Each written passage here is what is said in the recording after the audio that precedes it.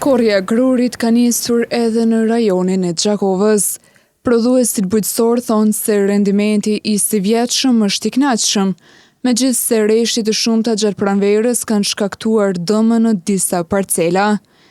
Bujku Hajredin Kastrati pohon se parcelat që nuk janë të prekura nga vërshimet kanë dhënë rezultate të mira dhe pritet një mesatare kënaqshme e prodhimit. Rendimenti si vjet është i mirë, përveç se mundë me thonë ato pengesat që kanë qenë gjatë kohëve të vërshimit, ato parcelat ku i ka prek vërshimet janë dëmtune, të tjetë janë përgjithësi mirë, tash sa kom startuar me korrjen e grurit, do man shihet një mesatare e kënaqshme për neve.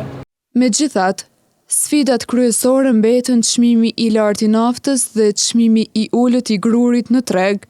Bujqit vlerësojnë se mundi dhe investimet e tyre nuk po shpërblehen me çmimin që ofrojnë blerësit. Pengesat që kemi është trajtimi i naftës, prapo është trajtu nafta tash sa po fillum korrjen, çmimi i ulët i pranimit grurit të blerësit të mullit.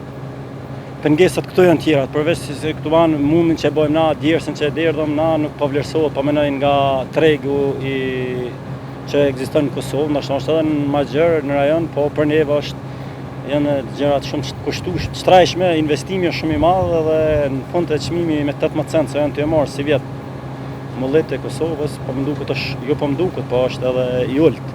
Kastrati tregon se korrja në rajonin e Gjakovës ka nisur disa ditë më vonë krahasuar me rajone të tjera të Kosovës, për shkak të kushteve klimatike që kanë ndikuar në pjekjen e grurit.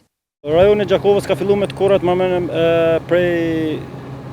prej para një kurriku, disa po që kanë startuar me shumicë është prej datës 3-4 në rend Gjakovës, për shkak se në krahasim me rajonet e Prizrenin edhe disa vende të tjera, ne jemi një javë për shkak kushteve klimatike jemi më mrapa, pjekuria e grurit.